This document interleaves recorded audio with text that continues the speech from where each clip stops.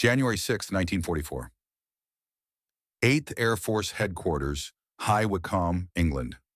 Major General Jimmy Doolittle stepped into the office of Major General William Captainer. A sign on the wall froze him in place.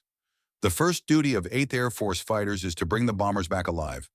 Doolittle read it twice, then spoke quietly, almost to himself. This sign, it has to go. Within hours, a new sign replaced it. The first duty of 8th Air Force fighters is to destroy German fighters.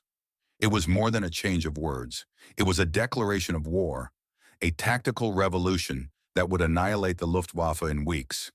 What bomber crews called suicide, what some commanders labeled reckless, would become the strategy that won air supremacy over Europe. The crisis had been building for months. On October 14, 1943, 291 B-17s struck Schweinfurt, deep in Germany.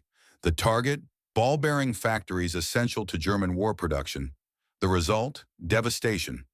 60 bombers lost, 17 crippled, 600 men dead or missing. Survival odds for bomber crews had never been so grim, 25 to 35%.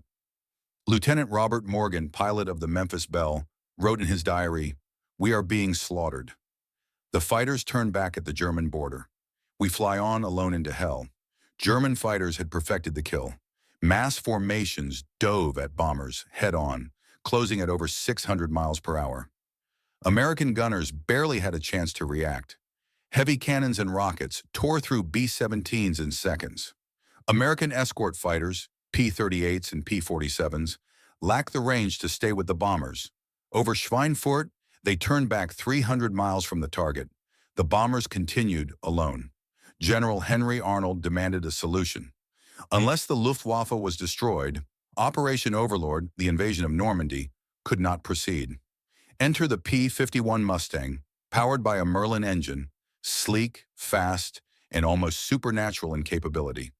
With drop tanks, it could escort bombers 1,600 miles, straight to the heart of Germany and back.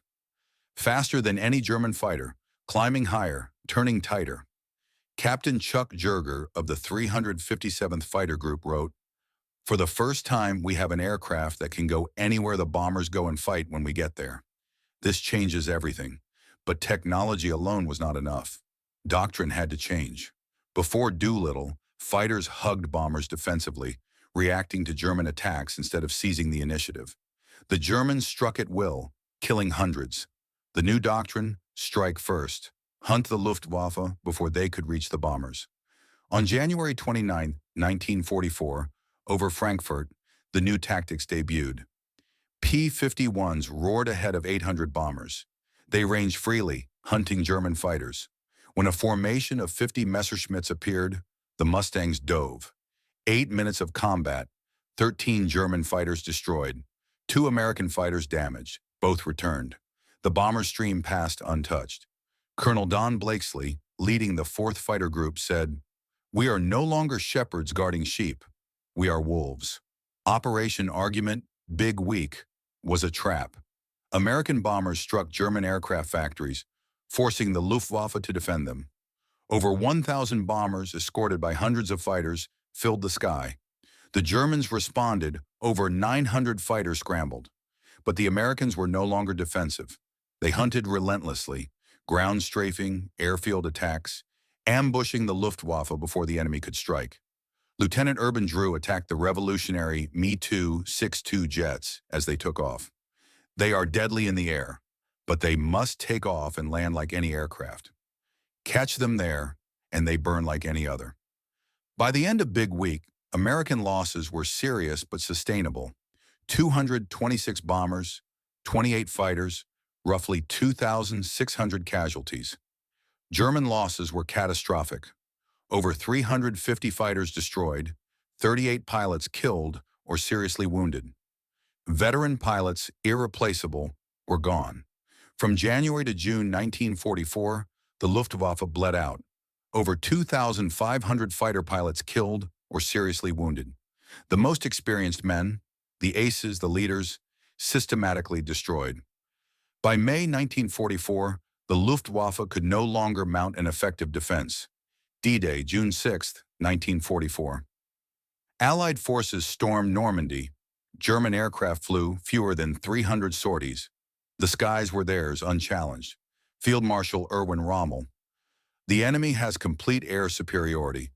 Our troops cannot move in daylight without being attacked. The transformation was total. What had seemed reckless, letting fighters leave the bombers to hunt the enemy, proved genius. American bombers returned safely because fighters destroyed the Luftwaffe first. The counterintuitive truth: the best defense is a good offense. Doolittle's gamble had paid off. The first duty of fighters was clear: destroy enemy fighters. Everything else followed. Berlin raids, destruction of infrastructure, protection of ground forces, made possible because the Luftwaffe was systematically hunted too,